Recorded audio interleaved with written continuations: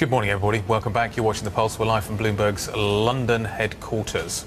Now, a smartphone-sized breathalyzer that can instantly detect cancer could be on the market within 1 to 2 years. That's according to the British company, which is developing the device by adapting military-grade nanochips for use in the health sector. Tom McKenzie reports.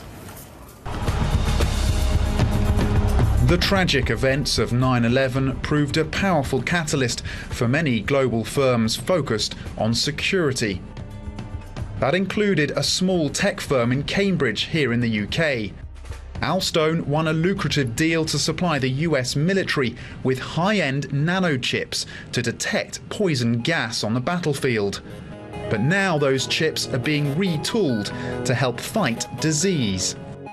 It's a decision fueled by the very personal story of Alstone co-founder Billy Boyle. My wife was diagnosed with colon cancer. She was diagnosed late, and if she had been diagnosed earlier, her chance of a cure would have been much higher. Alstone say their chips, which can be programmed to smell disease, could monitor breath to dramatically increase diagnosis and potentially save millions of lives. Chemicals in breath can be telltale markers for disease, and breath is a great non-invasive way to do diagnosis. One of the key challenges has been to design a machine small enough and cheap enough for everyday use. So we're trying to shrink that functionality down into a device which is about the size of a bag of sugar, which you can use on the battlefield to detect toxic gases, but also in the doctor's office to help diagnose disease earlier.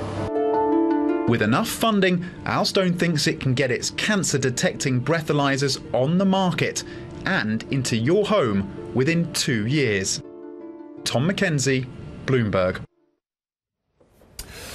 Now, for more on this story and a broader look at what's happening in the tech sector from a tangible point of view, we're joined now by Michael Keane.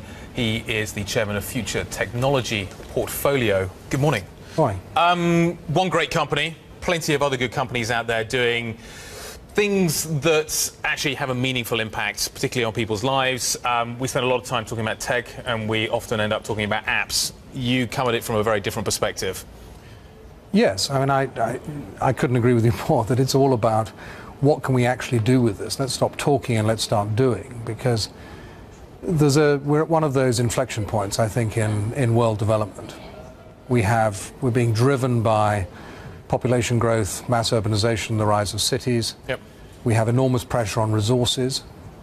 If you look at Alstone, who we were just talking about, one of the great pressures we have is on healthcare.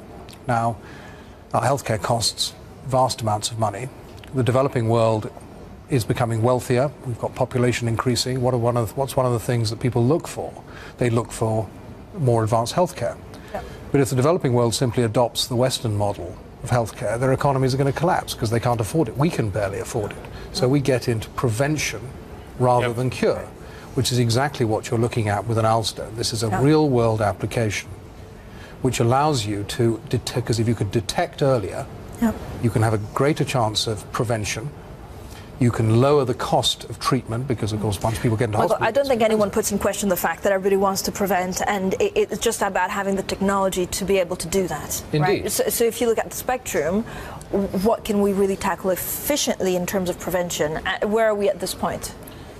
Well, what has to be at the start of this is the collection of information, because without information we can't have knowledge, and without knowledge we can't act. And that's what they're doing with this chip, and with the software that goes with it, because the chip without the software is the analysis, does the analysis. That's what gives you the ability then to act, and they're working in tandem with the medical community and with the scientists who are telling them what to look for. Yeah. So it's a perfect combination.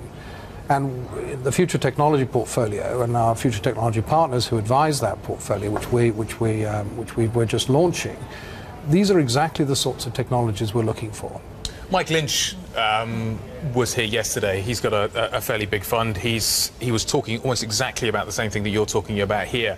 Traditionally, we've thought about medical research as being drug development, and we've thought about technology as being something completely different. But the Venn diagrams are beginning to overlap quite considerably and generating a whole new opportunity that, as you say, is being partly driven by data and partly being driven by medical research. Yeah. How big does this space become? How investable does it become? Where are the real opportunities within that sort of overlap? Well, I think it's an enormous market, and the interesting point here is, again, if you take Alstom as the example, where does this technology come from? Did they start with medical? No, they didn't. Yep. They started with something else. And that's what's so interesting about a lot of what is happening in this market in technology today. It's the application of one technology in another area. It's spreading the net, if you want, of applications. And I'm not talking about applications downloaded to your mobile phone in that. Yeah. And there are very much real-world solutions to be found here. And I look at some of the other companies that we're looking to invest in, and indeed have already invested in. I was reading an article today that on the subject of food wastage in India. You know that 40% of fresh produce in India goes to waste because it can't be kept cold. Yeah. Yep. Now, why is that the case? We have a standard chill chain in this country, in the United States, and in the Western world. You can't have that in India because the road network doesn't work. Yeah. So we have a company which turns waste heat into chilled water. It takes the exhaust from a diesel engine, which is what powers most of the developing world, and we repurpose it. Through an absorption chiller, we turn it into chilled water, which is the basis of a refrigeration system. Now, everybody has a diesel generator, which is only 25% efficient, so you're wasting 75% of the energy. We can capture that and create a benefit at no extra cost. Now, that is enormously powerful if you think about it. That's not an app, in Hoxton. Yeah. That's or Shoreditch. Yeah. That's something which could make a difference to millions, But Michael, hundreds of millions of people's lives. Why do we hear about it less? Is this just because it's not cool? You think that there's just a factor of coolness? 'Cause when you look, you talk about preventing or actually diagnosing cancer before a doctor can.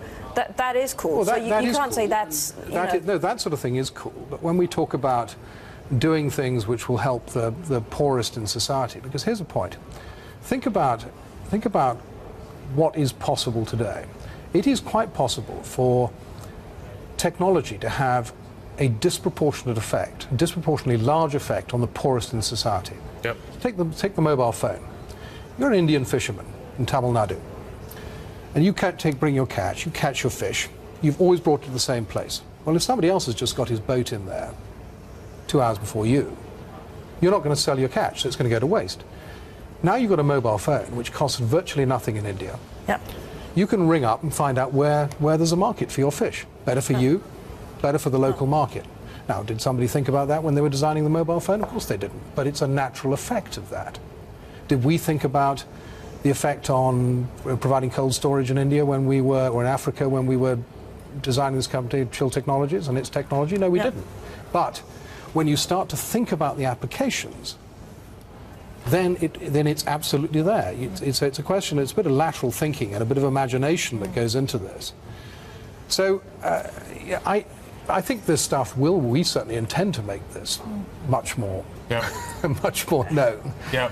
And I think there's a lot we can do. Thank you, Michael. Michael Keane there, Chairman of Future Technology Portfolio.